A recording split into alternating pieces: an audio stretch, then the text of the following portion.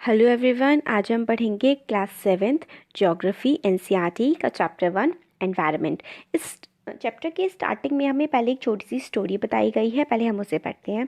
इसमें बताते हैं कि एक लंबी वेकेशन के बाद, छुट्टियों के बाद, रवि जो एक बच्चा है वो अपने जब स्कूल वापस आता है तो वो ये देखता है कि स्कूल के पास वाला एक लौता प्लेग्राउंड जो था, मैदान था जहाँ पे वो लोग खेलते थे, उसमें खुदाई चल रही थी और लोग कह रहे थे कि यहाँ पे बहुत ही बड़ी बिल्डिंग बनाई जाएगी और उसमें बहुत सारे फ्लैट्स को कंस्ट्रक्ट किया जाएगा। रवि जो था वो उसको एकदम रोना सा आ गया जब उसको लगा कि इतना बड़ा जो प्लेग्राउंड था, इसकी इतनी अच्छी सी ग्रास थी, यहाँ पे मैरीगोल्ड के फ्लावर्स थे और यहाँ पे बटरफ्लाइज घूमा करती थी, वो सब कुछ शायद चला जाएगा। उसने अपनी जो फीलिंग्स हैं, जो उसको इतना बुरा लग रहा था, उसने अपनी फीलिंग्स अपने क्लासमेट से शेयर की। असेंबली में प्रिंसिपल ने भी बहुत ही ज़्यादा दुख के साथ ये ऑब्ज़र्व किया और कहा कि देखिए हमारा जो एनवायरनमेंट है ये किस तरीके से बदल रहा है। फिर रवि ने अपनी जो टीचर है उनसे पूछा कि एनवायरनमेंट क्या होता है। फिर उसकी टीचर बोलती हैं कि जो भी चीज़ें हम अपने आसपास देखते हैं वो सब कुछ हमारा एनवायरनमेंट होता है। फिर रवि ने सोचा कि कि हमारी जो स्कूल की बिल्डिंग, टेबल, चेयर, क्लासरूम और इवन वो ओपन फील्ड, सड़क, गार्बेज कचरा, हमारे फ्रेंड्स, सब कुछ एनवायरनमेंट का पार्ट है। तो टीचर ने कहा हाँ, ये सब कुछ एनवायरनमेंट का पार्ट है, मगर वेट करो, कुछ सम ऑब्जेक्ट्स हैं जो नेचर क्रिएट करती है, जो प्रकृति ने बनाए हैं, नेचर ने बनाए हैं, जैसे कि माउंटेन्स, रिवर्स, ट्रीज और एनिमल्स, पहाड़, नदियाँ, पेड़ और जानवर। और कुछ जो एनवायरनमेंट की चीज़ें हैं वो मैन मेड हैं, इंसान ने बनाई हैं, जैसे कि सड़कें, कार्स, कपड़े और किताबें। फिर तो टीचर बोलती हैं, इस बुक में आगे बोला गया है कि हमें पेयर्स में वर्क करना है और एक लिस्ट बनानी है क्लासमेट के साथ मिलके कि कौन कौन सी चीज़ें ये देखनी है कि नेचर की बनाई हुई हैं, कौन कौन सी चीज़ें ह्यूमन मेड हैं। फिर रवि, परमजीत, जैसी, मुस्तफ़ा, आशा, ये काफ़ी एक्साइटेड हो जाते हैं बच्चे और फिर लिस्ट बनाते हैं कि एनवायरनमेंट किस तरीके से चेंज हो रहा है। इकबाल बोलता है, फिर वो कहते हैं कि it's all because of our needs, ये इसलिए एनवायरनमेंट में इतने सारे चेंजेस आ रहे हैं क्योंकि हमारी ज़रूरतें पूरी करने के लिए हम अपने एनवायरनमेंट को इतना चेंज कर रहे हैं। फिर इसमें लाइस ये साइड में जो ब्लू बॉक्स है इसमें दिया गया है, environment is our basic life support system. It provides the air we breathe, water we drink, food we eat and the land where we live. Environment जो है वो हमें अपनी लाइफ की सारी ज़रूरतें पूरे करने के लिए जो भी चीज़ें चाहिए होती हैं हमें वो देता है। जैसे हवा देता है जिससे हम सांस लेते हैं, पानी देता है जो कि हम पीते हैं, खाना देता है जो हम खाते हैं, और लैंड, ज़मीन देता है जिसके ऊपर हम रहते हैं। मगर जो ह्यूमंस हैं वो एनवायरनमेंट को इतना ज़्यादा चेंज करे जा रहे हैं। कार में से जो धुआं निकलता है उससे पोल्यूशन होता है, वाटर को जो हम पॉट में कलेक्ट करते हैं, फूड सर्व करते हैं वेसल्स में, फैक्ट्रीज से, इन हर चीज़ से ना इंसान किसी ना किसी वे में एनवायरनमेंट में पोल्यूशन फैला रहा है। ह्यूमन बींग्स ने कार्स, मिल्स, फैक्ट्रीज, ये सारी की सारी चीज़ें बनाई हैं, एनवायरनमेंट को बहुत ज़्यादा मॉडिफाई कर दिया है, बदल दिया है। फिर कंपोनेंट्स ऑफ एनवायरनमेंट हमें आगे बताते हैं। पिक्चर बहुत अच्छी है, एग्जाम्स में आप बना सकते हैं, एक्स्ट्रा बेनिफिट मिलता है। स्पेशली यूपीएससी के एग्जाम में अगर ये इस टाइप की पिक्चर बनाएंगे, जैसे कि कंपोनेंट ऑफ एनवायरनमेंट, फिर ऐसे एरो लगा के नेचुरल, ह्यूमन मेड। फिर नेचुरल में क्या क्या आते हैं, air, water, land, living things, है ना। एयर क्या होता है, एयर कहाँ पर होता है, एटमॉस्फेयर, हम नेक्स्ट चैप्टर में पढ़ेंगे। एयर एटमॉस्फेयर, वाटर हाइड्रोस्फेयर, है ना, लैंड लिथोस्फेयर, और लिविंग थिंग्स बायोस्फेयर। बायोस्फेयर जो है ना ये एक नैरो जोन है जिसमें लाइफ एग्जिस्ट कर सकती है, और नैरो जोन किसका है, एयर, वाटर और लैंड। अब ऐसे करके देखिए, इसमें हम स्केच वो ले लेते हैं, ब्रश एक, जैसे ये है ऐसा, अगर मान लीजिए ये एटमॉस्फेयर है, ठीक है, ये लिथोस्फेयर है ना, और ये वाला हाइड्रोस्फेयर है। तो जहाँ पे ये तीनों चीज़ें मिल रही हैं ना, ये वाला जो पार्ट, इस वाले पार्ट में लाइफ एग्जिस्ट कर सकती है, और इस पार्ट को हम बोलते हैं बायोस्फेयर, ठीक है। फिर कंपोनेंट्स ऑफ एनवायरनमेंट, नेचुरल हमने देख लिए। अब ह्यूमन मेड, ह्यूमन मेड में तो बहुत सारी चीज़ें आती हैं। जिस चेयर या बेड पे बैठ के आप अभी इस लेक्चर को सुन रहे हैं वो एक ह्यूमन मेड एनवायरनमेंट का पार्ट है। पार्क्स जिसमें आप खेलने जाते हैं, बस से आप ट्रैवल करते होंगे, स्कूल जाते होंगे, बिल्डिंग्स जिस घर में आप रह रहे हैं, इंडस्ट्रीज़, बहुत सारी चीज़ें जो आसपास आपके रूम में आप नज़र डालेंगे तो मोस्टली सारी चीज़ें आपको ह्यूमन मेड ही मिलेंगी। फिर ह्यूमन मेड में दिखाते हैं और क्या क्या आता है, इंडिविजुअल्स आते हैं, ह्यूमंस में क्या आता है, सॉरी ह्यूमन मेड, तो ये सब आ गया कंपोनेंट ऑफ एनवायरनमेंट में, नेचुरल, ह्यूमन और ह्यूमन मेड है ना। ह्यूमंस में इंडिविजुअल, आपकी फैमिलीज, कई सारी फैमिलीज़ मिलके एक कम्युनिटी बनाती हैं।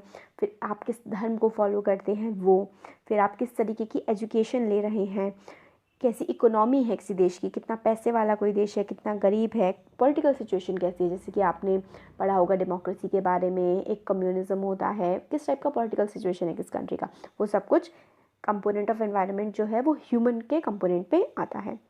अब आगे देखते हैं कि बायोटेक, इसमें हमें बॉक्सेस में दी हुई, जो बॉक्सेस में चीज़ें होती हैं ना बड़ी इंपॉर्टेंट होती हैं, इनको बड़े अच्छे से पढ़ना चाहिए। बायोटेक क्या होती हैं, जो भी नेचुरल चीज़ें हैं जैसे कि प्लांट्स, एनिमल्स, जिसमें भी लाइफ होती है ना वो बायोटिक होता है।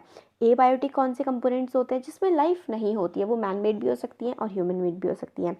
जैसे कि लैंड हो गया, ए बायोटिक कंपोनेंट है, वाटर हो गया, एयर हो गई, ये सारे के सारे ए बायोटिक कंपोनेंट्स हैं। ठीक है, अब इसमें हमें ये बोलते हैं कि एक एनवायरनमेंट की डेफिनेशन बताते हैं कि क्या है, people, place, things, nature that surround any living organism is called environment. आप लिविंग ऑर्गेनिज्म है, आपको जितनी भी चीज़ों ने सराउंड किया हुआ है ना वो आपका एनवायरनमेंट है। ये क्या है, ये कॉम्बिनेशन है नेचुरल और ह्यूमन मेड फिनोमिना का। तो एनवायरनमेंट क्या है, जो आपके आसपास चीज़ें हैं, एक ह्यूमन लिविंग बीइंग के आसपास जो भी चीज़ें होती हैं वो एक एनवायरनमेंट होता है। और एनवायरनमेंट किसका कॉम्बिनेशन होता है, जो भी नेचुरल चीज़ें हैं और जो भी ह्यूमन मेड चीज़ें हैं उसका जो कॉम्बिनेशन होता है उसको हम एनवायरनमेंट। और हमने बायोटिक के बारे में तो इसमें पढ़ ही लिया है। फिर ह्यूमन मतलब फिर आगे यही है, इसमें अब नेचुरल एनवायरनमेंट में क्या क्या आता है, जैसे हमने अभी पीछे देखा था कि लिथोस्फेयर, एटमॉस्फेयर, बायोस्फेयर, ये सारी चीज़ें, तो वो अब हम पढ़ते हैं। लिथोस्फेयर क्या होती है, जो जिस ज़मीन पे आप खड़े होते हैं ना, मिट्टी वाला जो पार्ट है, जो आपको मिट्टी दिखती है, प्ले ग्राउंड में खेलते हैं, वो क्या है, वो एक लिथोस्फेयर है। जितनी भी बिल्डिंग्स, बसेस, जो भी कुछ चल रहा है ना वो सब कुछ लिथोस्फेयर पे ही चल रहा है। तो लिथोस्फेयर क्या है, सॉलिड क्रस्ट और the top most layer of the earth, earth की सबसे ऊपर की लेयर, या फिर हम उसको सॉलिड क्रस्ट कह सकते हैं, जो बनी हुई है पत्थरों से, मिनरल से और एक मिट्टी की थिन लेयर से उस पर कवरिंग हो रखी है। इरेगुलर सरफेस है क्योंकि माउंटेन्स भी होती हैं, प्लेट्यूज होती है। कि माउंटेन क्या होती है, माउंटेन तो नॉर्मली पहाड़ होते हैं, पठार क्या होते हैं, प्लेट्यूज क्या होते हैं, वो माउंटेन से जनरली छोटे होते हैं, उनका जो बेस होता है ना वो काफ़ी चपटा सा होता है, तो वो प्लेट्यूज होते हैं। प्लेन्स मतलब बिल्कुल समतल ज़मीन होती है, जैसे कि आप रोड पे चलते हैं, प्लेन रोड होती है, वो भी एक प्लेन का एग्जाम्पल है। वैलीज मतलब घाटियाँ, माउंटेन्स के से एक तरफ पहाड़ है, दूसरी तरफ लोग रह रहे हैं, तो यहाँ पे लोग रह रहे हैं वो होती हैं वैलीज। तो ये सारी की सारी चीज़ें लिथोस्फेयर का पार्ट होती हैं। Lithosphere are found over the continents and also landforms are found over the continents and also on the ocean floors. Landforms जो है वो कॉन्टिनेंट्स पे भी मिलते हैं और ओशंस फ्लोर पे भी मिलते हैं। लिथोस्फेयर एक ऐसा डोमेन है जो प्रोवाइड करता है हमें, फॉरेस्ट हमें देता है, ग्रासलैंड्स देता है, घास होती है जहाँ पे पक्षी जो है ना, बफलोज, काउज वगैरह, ये लोग चरते हैं, ग्रेजिंग करते हैं, ह्यूमन एग्रीकल्चर करते हैं और अपनी सेटलमेंट्स बनाते हैं। ये होता है हमारा लिथोस्फेयर। अब हाइड्रोस्फेयर क्या होता है, जो भी पानी से रिलेटेड चीज़ें होती हैं, जैसे ओशंस हो गया है ना, लेक्स हो गए, ये सारा का सारा जो है, रिवर्स, ये हाइड्रोस्फेयर का पार्ट है और ये बहुत ही ज़रूरी है हमारे एग्जिस्टेंस के लिए। बिना पानी के तो ऑलमोस्ट 80% चीज़ें हम अपनी लाइफ की कर ही नहीं सकते हैं, है ना, बिना पानी के तो रह भी नहीं सकते।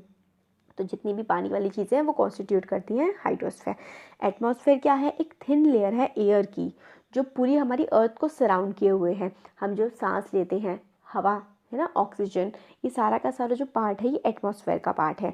और जो ग्रेविटेशनल फोर्स है अर्थ की, वो एटमॉस्फेयर को होल्ड करके रखती है अर्थ के पास, और ये हमें प्रोटेक्ट करती है हार्मफुल रेज से, जो सन से आ रही हैं, और सन की बहुत तेज़ जो हीट आती है ना, गर्मी आती है, उससे भी हमको प्रोटेक्ट करती है।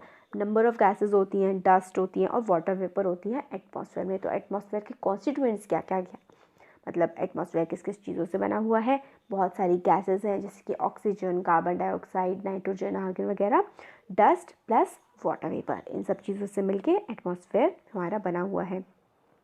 एटमॉस्फेयर में जो चेंजेस आते हैं उनसे क्या होता है, वेदर और क्लाइमेट बनता है। जैसे कि कभी गर्मी होती है, फिर गर्मियों के बाद ठंडियाँ आ जाती हैं, तो ये एटमॉस्फेयर में चेंजेस आते हैं ना, इन्हीं की वजह से होता है वेदर और क्लाइमेटिक चेंजेस। अब बायोस्फेयर क्या होता है, प्लांट और एनिमल किंगडम जब साथ में रहते हैं, जो एक लिविंग वर्ल्ड बनाते हैं, वो नैरो जोन जो है जिसमें एयर, वाटर, ठीक है, और एटमॉस्फेयर, ये एयर, वाटर और लैंड, ये तीनों की तीनों चीज़ें इंटरेक्ट करती हैं। जैसे हमने पहले बना के दिखाया था, वो वाला जो पार्ट होता है वो होता है बायोस्फीयर।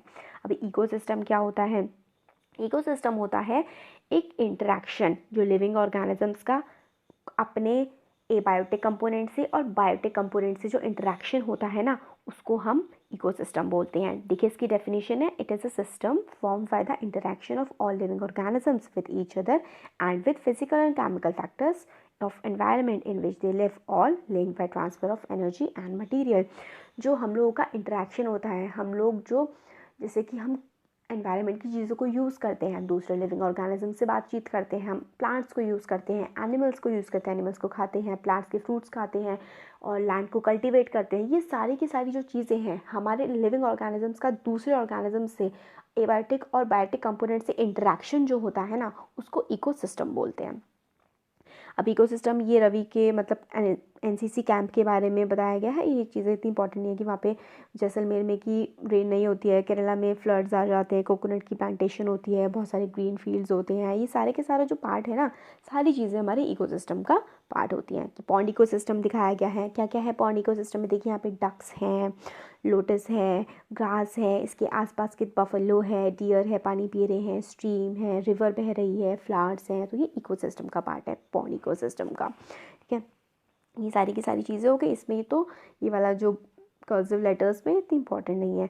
इसमें आगे बताते हैं कि सारे जो प्लांट्स, एनिमल्स, ह्यूमन बींग्स हैं वो डिपेंड करते हैं अपनी सराउंडिंग पे, अपने आसपास की जो चीज़ें हैं उन पे हम डिपेंड करते हैं और एक दूसरे पर भी हम जो है डिपेंड करते हैं। और जो इसी हमारा जो रिलेशन है, इसको ही हम इकोसिस्टम कहते हैं। इकोसिस्टम में रेन फॉरेस्ट आ सकते हैं, grassland, desert, mountain, lake, river, मतलब आपके आसपास जो भी चीज़ें हैं ना, जो कुछ भी आपको दिख रहा है नेचुरल, मैनमेड, वो सब कुछ इकोसिस्टम का ही पार्ट होता है। अब हमें एक बताया गया है कि 5 जून जो है वो हर साल वर्ल्ड एनवायरनमेंट डे की तरह सेलिब्रेट किया जाता है। ये भी काफ़ी इंपॉर्टेंट है, काफ़ी गवर्नमेंट एग्जाम्स में आता है और आपके स्कूल के एग्जाम्स में भी पूछा जा सकता है। तो 5 जून वर्ल्ड एनवायरनमेंट डे होता है। अब बार्टर सिस्टम क्या होता है? पहले क्या होता था? पहले पैसे तो होते नहीं थे, बहुत कई हज़ार साल पहले। तो लोग क्या करते थे, अगर किसी को मान लीजिए ऑरेंज चाहिए, किसी को संतरा चाहिए, किसी को गेहूँ चाहिए, तो जिसको गेहूँ चाहिए वो जिसको संतरा चाहिए वो आपस में मिलेंगे और एक दूसरे से वही चीज़ को एक्सचेंज कर लेंगे। तो इसको बोलते थे बार्टर सिस्टम। जैसे कि मान लीजिए 1 किलो गेहूँ की कीमत है 10 टमाटर, तो जिसको टमाटर चाहिए वो अपने गेहूँ लेने वाले को ढूंढे और वो आपस में अदला बदली कर लेंगे। पैसे का रोल नहीं होता है बार्टर सिस्टम में। ठीक है, अब इसमें ह्यूमन एनवायरनमेंट के बारे में बताया गया है कि ह्यूमन एनवायरनमेंट जो है वो क्या क्या कॉन्स्टिट्यूट करता है। ह्यूमन एनवायरनमेंट में देखिए सब कुछ आ जाता है, हमारे आसपास जितनी भी चीज़ें हैं।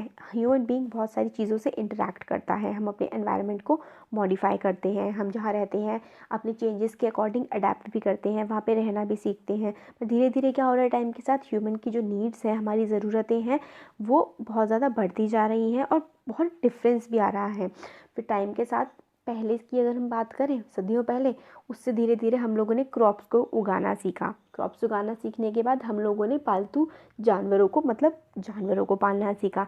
फिर हमने व्हील की इन्वेंशन कर दी। फिर जब हमारा खाना बहुत ज़्यादा उगने लगा तो हम लोग शहरों में जाके बसने लगे। फिर बार्टर सिस्टम इमर्ज हुआ। उसके बाद क्या हुआ, बार्टर सिस्टम इमर्ज होने के साथ साथ हम लोगों का कॉमर्शलाइजेशन बढ़ने लगा, हम आपस में व्यापार करने लगे।